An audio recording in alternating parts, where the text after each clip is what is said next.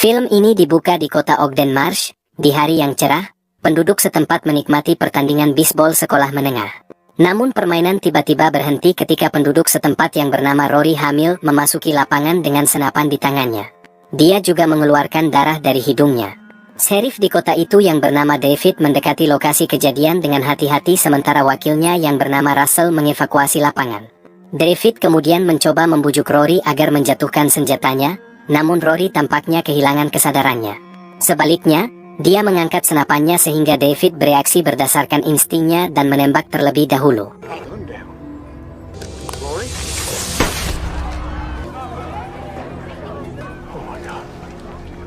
Sore harinya, Sheriff bertemu dengan istri Rory, Peggy, dan putranya, Kurt.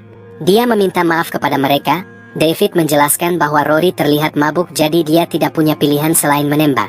Namun, Peggy tidak mempercayainya dan menunjukkan bahwa Rory sudah benar-benar tidak minum minuman keras selama bertahun-tahun. Saat di rumah, David masih memikirkan kejadian itu dan merasa bersalah atas penembakannya kepada Rory. Istrinya yang juga sebagai dokter di kota itu bernama Judy mencoba menenangkan David.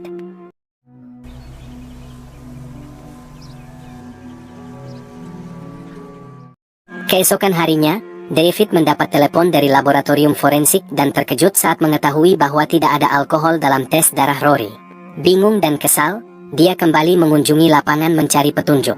Di sana ia menemukan kepala sekolah setempat bernama Ben yang sedang duduk di dekatnya dan tidak menatap apapun. Dia mempunyai pandangan linglung seperti yang dimiliki Rory. David terus memanggil namanya beberapa kali agar dia menjadi sadar.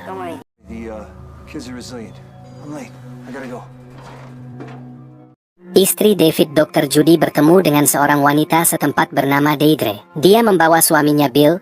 Deidre memberitahu Dr. Judy bahwa ada yang tidak beres dengan suaminya. Ia seperti orang linglung. Dokter mengajukan beberapa pertanyaan kepadanya, namun Bill selalu mengulangi jawaban yang sama. Judy menjadi khawatir tentang psikologis Bill yang tampak kehilangan akalnya. Malamnya saat di rumah, Deidre mendengar suara berisik di garasi dan bergegas memeriksanya. Dia menemukan mesin traktor menyala tetapi suaminya tidak ada. Dia lalu mematikannya dan mulai mencari-cari Bill.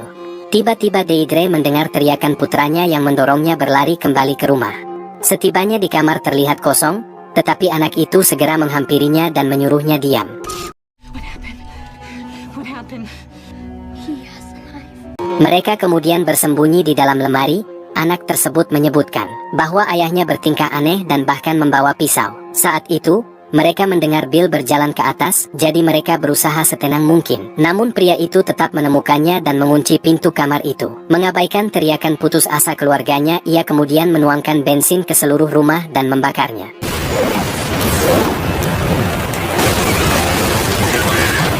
David lalu mendapat kabar atas kejadian itu dan pergi ke sana bersama Judy. Petugas pemadam kebakaran memberitahu bahwa Deidre dan anaknya tidak terselamatkan. Judy yang marah meneriaki Bill karena bersikap acuh tak acuh dalam menghadapi tragedi seperti itu.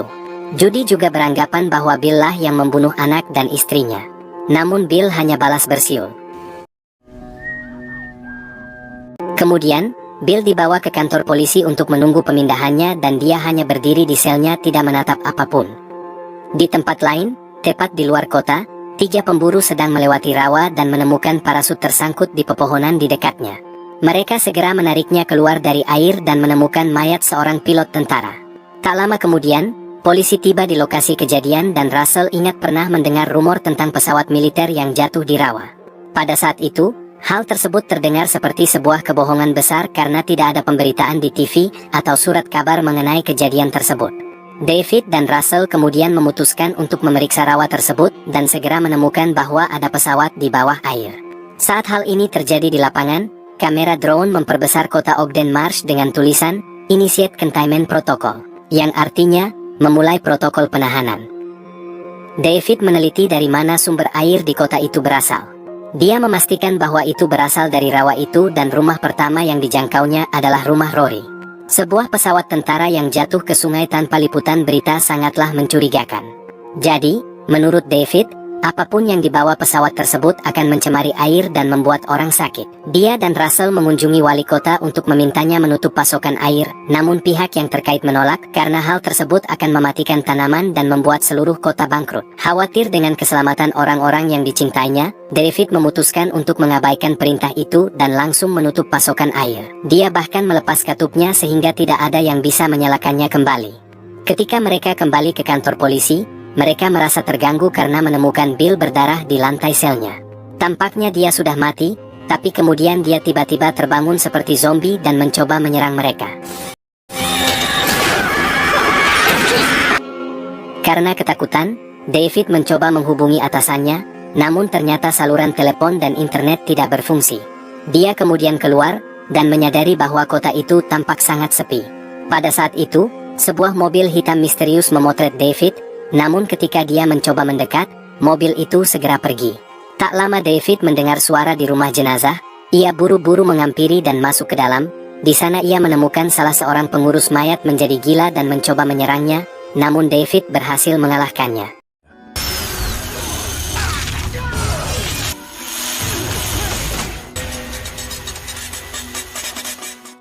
Karena takut dengan kejadian ini, Sheriff pulang ke rumah dan mencoba meyakinkan istrinya untuk meninggalkan kota selama beberapa hari. Namun Judy menolak karena dia adalah seorang dokter dan orang-orang membutuhkannya jika ada keadaan darurat. Saat mereka mengobrol, Judy melihat seseorang di luar rumahnya dan memberitahu suaminya. David kemudian keluar untuk memeriksa gudang, namun ia ditangkap oleh sekelompok tentara. Mereka menyeretnya ke dalam bus dan menemukan banyak penduduk setempat yang diculik, termasuk Judy dan Russell. Bus kemudian membawa mereka ke kamp militer yang didirikan di sekolah setempat, di mana orang-orang dikurung di balik pagar. Rombongan dibawa melalui beberapa tenda untuk dipindai radioaktivitasnya dan suhu tubuhnya. Setiap orang yang memiliki hasil abnormal akan dipisahkan dari keluarganya, meskipun mereka adalah anak-anak. Sayangnya suhu tubuh Judy tinggi, dan tentara membawanya pergi. David mencoba melawan para tentara, tetapi dia dengan mudah dikalahkan dan berakhir pingsan. Di sisi lain, Judy diikat ke tandu dan dibawa ke dalam tenda. Dia melihat banyak tentara bertopeng, penduduk setempat menderita, dan noda darah di mana-mana. Tak lama setelah itu, Judy dibius secara paksa yang membuatnya tidak sadarkan diri. Ketika Judy terbangun, dia mendapati dirinya berada di sebuah ruangan dengan puluhan orang terikat pada tandu dan mendengar suara-suara keras di luar. Di luar orang-orang telah lepas kendali dan salah satu mobil menabrak pagar kamp. Orang-orang lalu mengambil kesempatan untuk melarikan diri. Saat tentara mencoba menghentikan mereka, terjadi kerusuhan hebat dan orang-orang yang tidak sehat menerobos area penahanan. Hal ini membuat tempat tersebut menjadi kacau, dan tentara serta dokter terpaksa melarikan diri dengan helikopter. Sementara itu, David terbangun di dalam truk yang membawanya ke kamp lain. Semua orang di sana diberikan gelang yang menandakan mereka tidak terinfeksi. Tampaknya, semua orang yang sehat akan dipindahkan, namun David menolak untuk pergi tanpa istrinya. Seorang tetangga memberitahunya bahwa kota tersebut telah ditutup dan penghalang jalan. Di setiap jalan raya para tentara telah menembak jatuh seluruh keluarga yang mencoba melarikan diri. Meskipun demikian, David berhasil menyelinap pergi dan kembali ke kantor polisi.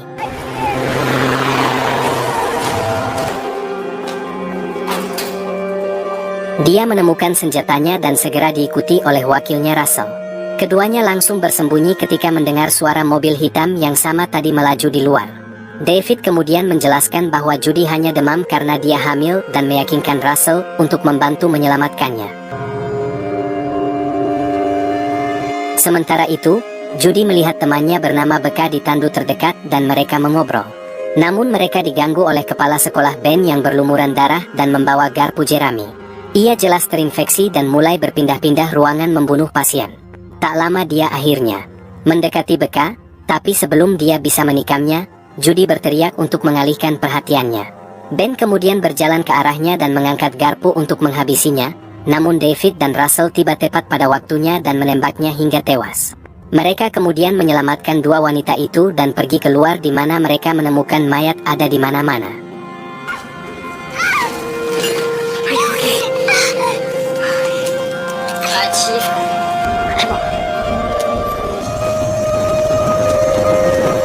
Setelah itu, kelompok tersebut mulai melintasi kota yang telah hancur seluruhnya. Mereka mencari mobil yang masih berfungsi, namun segera bersembunyi di balik truk ketika mendengar suara berisik. Ternyata mereka adalah para pemburu yang menembak orang yang terinfeksi dan melemparkan mayatnya ke belakang truk mereka. Untungnya, mereka segera pergi, dan rombongan dapat melanjutkan perjalanan. Keempatnya akhirnya tiba di dekat rumah milik pacar Becca yaitu Scotty. Mereka kemudian bergegas masuk dan menemukannya bersembunyi dan dalam keadaan sehat sepenuhnya. Scotty mengungkapkan bahwa ibunya juga baik-baik saja dan dia sedang mengumpulkan perbekalan. Sayangnya, keadaan menjadi lebih buruk ketika sekelompok tentara segera mengepung rumah tersebut. Kelompok tersebut bersembunyi di gudang dan menyaksikan seorang tentara menyeret wanita tua itu keluar. Scotty tidak tahan melihatnya sehingga dia mengabaikan peringatan David dan bergegas keluar untuk membantu ibunya. Sayangnya, hal ini ternyata merupakan kesalahan besar karena ia bersama ibunya ditembak dan dibunuh secara brutal. Para prajurit kemudian menggunakan penyembur api untuk membakar tubuh mereka.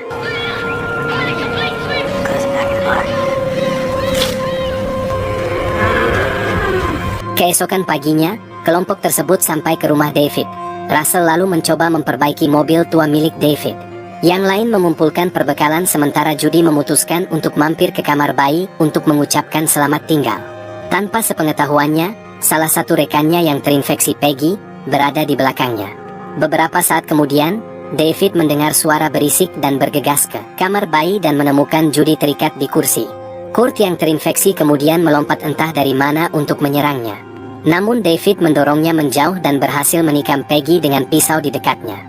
Bahayanya masih belum bisa dihindari saat Kurt yang telah berubah gila mencoba menyebabkan beberapa ketegangan. Namun Russell tiba tepat pada waktunya dan menembaknya hingga tewas.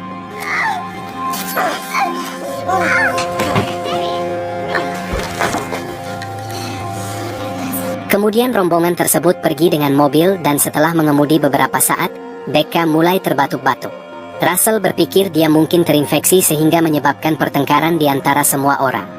Pada saat itu, mereka melihat sebuah helikopter terbang lewat dan David menyembunyikan kendaraannya di dalam tempat cuci mobil terdekat.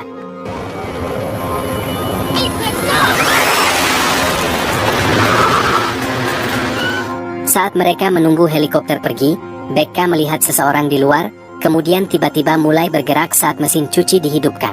Tak lama kemudian, sekelompok karyawan yang terinfeksi mengelilingi kendaraan dan mulai memecahkan jendela. David bertarung melawan salah satu dari mereka sementara yang lain mencoba meraih Becca. Dia dengan berani membenturkan kepalanya ke mobil dan mengusirnya. David juga berhasil mendorong orang tersebut namun karyawan lain yang terinfeksi memasang selang di leher Becca dan menariknya keluar dari mobil. Merasakan ancaman tersebut, David dan Russell turun dan mulai membunuh zombie di sekitar mereka. Namun sudah terlambat karena Becca sudah terlanjur mati. Tak lama helikopter datang kembali dan meledakkan mobil mereka. Tidak ada anggota kelompok yang terluka, namun kini mereka tidak mempunyai moda transportasi lagi.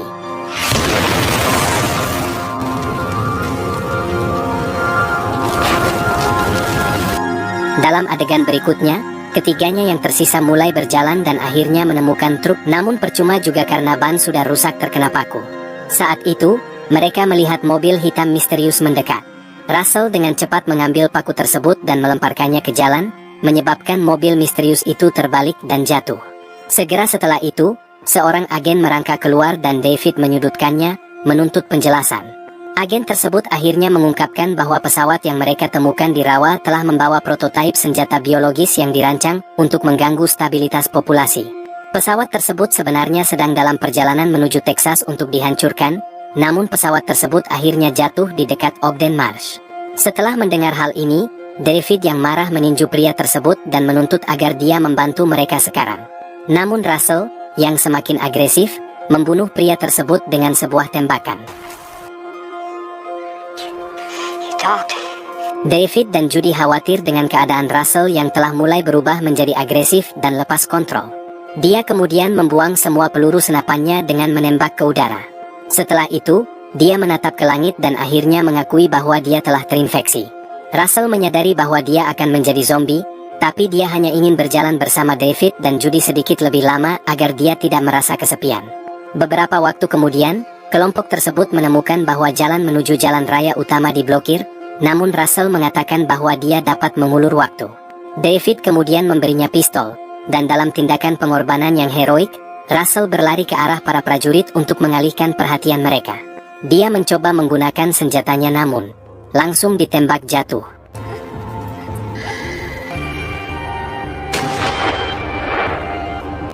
Kejadian itu memberi waktu yang cukup bagi David dan Judy untuk menyelinap dan melintasi perbatasan kota.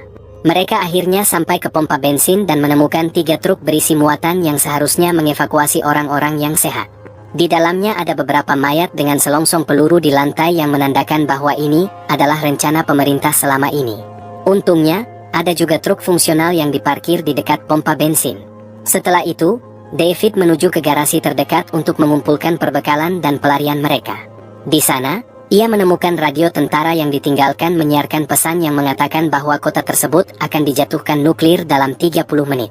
Hal ini membuat David khawatir sehingga dia bergegas kembali ke pompa bensin, dan pasangan itu masuk ke dalam truk. Namun sebelum mereka bisa melarikan diri, seorang pemburu menangkap kaki David dan menyeretnya ke dalam perkelahian. Pemburu kedua mencoba memasuki truk, namun Judy langsung membunuhnya dengan pistol. Setelah bertukar beberapa pukulan, David berhasil menghujani pemburu itu dengan minyak dan membakarnya. Dia kemudian menjauh dan menyaksikan komplotan itu tewas dengan mengenaskan.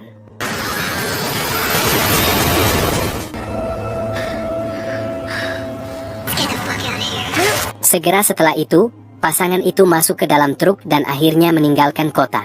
Karena David membawa radio militer, mereka mendengarkan hitungan mundur yang segera mencapai 0. Tiba-tiba, mereka mendengar ledakan, dan cahaya yang sangat terang menerangi seluruh area. Ternyata pihak militer telah meledakkan seluruh kota untuk menghabisi para zombie yang telah terinfeksi. Bom tersebut mengirimkan gelombang ledakan hingga mencapai truk yang dikendarai David dan membuatnya terlempar keluar dari jalan raya.